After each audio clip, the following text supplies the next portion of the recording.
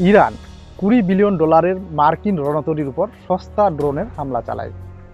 এর ফলে 2026-এর সংঘাতটি আমেরিকার F-35-এর অহংকার ধুলোয় মিশিয়ে দিল, নাকি যুদ্ধের ময়দানে ইরানের এই দাবার চাল তৃতীয় বিশ্বযুদ্ধের পূর্বাভাস? আজকে এই বিষয় নিয়ে কথা বলবো। আশা করি ভিডিওটির শেষ পর্যন্ত থাকবেন। সারা বিশ্ব যখন তুরস্ক হতে যাওয়া আমেরিকা আর ইরানের শান্তি বৈঠকের দিকে তাকিয়েছিল, ঠিক তখনই রণক্ষেত্র শুরু হয়ে গেল মিসাইল আর ড্রোনের খেলা। আমেরিকার গর্ব, আকাশের বাঘ হলো F-35। আজ সেটিকে আকাশে উঠতে হয়েছিল ইরানের একটি সস্তা খেলনা ড্রোন ধ্বংস করার জন্য। কিন্তু প্রশ্ন হলো, আমেরিকা কি আসলেই জিতেছে, নাকি ইরান তাদের বড় কোনো ফাঁদে ফেলেছে? আমাদের মনে রাখতে হবে, আমেরিকার এয়ারক্রাফট ক্যারিয়ারগুলো এক একটি ভাসমান শহর, যার সুরক্ষা ব্যবস্থা কয়েক স্তরের রেডার, প্যাট্রিয়ট মিসাইল এবং ইজিস কম্ব্যাট সিস্টেম দিয়ে ঘেরা।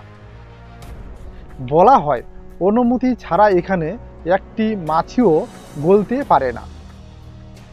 অথচ ইরানের একটি ড্রোন সব নিরাপত্তা ভেদ করে জাহাজের একবারে মাথার উপর চলে এলো। এর মানে হলো, ইরানের প্রযুক্তি আমেরিকার $multi-billion প্রতিরক্ষা ব্যবস্থাকে বোকা বানিয়ে দিয়েছে।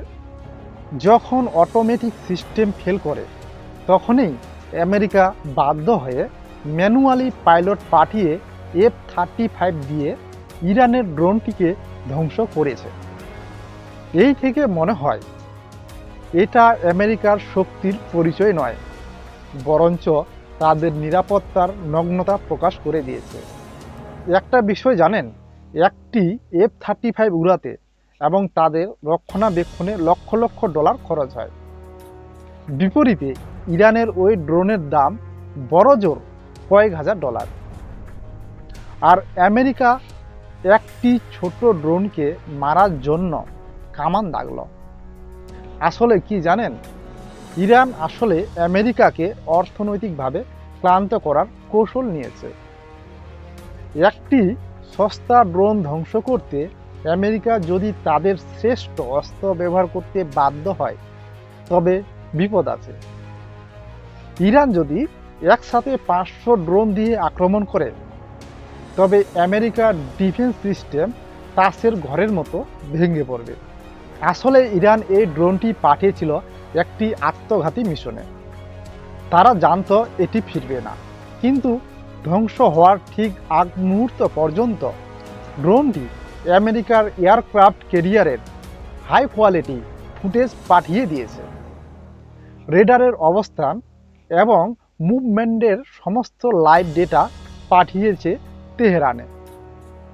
ইরান আসলে চেক করতে চেয়েছিল আমেরিকার রিঅ্যাকশন টাইম কত এবং তারা কি ধরনের অস্ত্র ব্যবহার করে।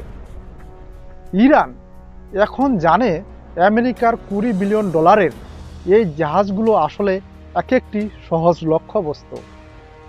এই ঘটনার পর আমেরিকা 40টি ভারী কার্গো বিমান কাতার, কুয়েত ও জর্ডানের উদ্দেশ্যে রওনা দিয়েছে এবং মিসাইল ও প্রচুর গোলা বারুদ সরিয়ে নেওয়া হচ্ছে মধ্যপ্রাচ্য থেকে।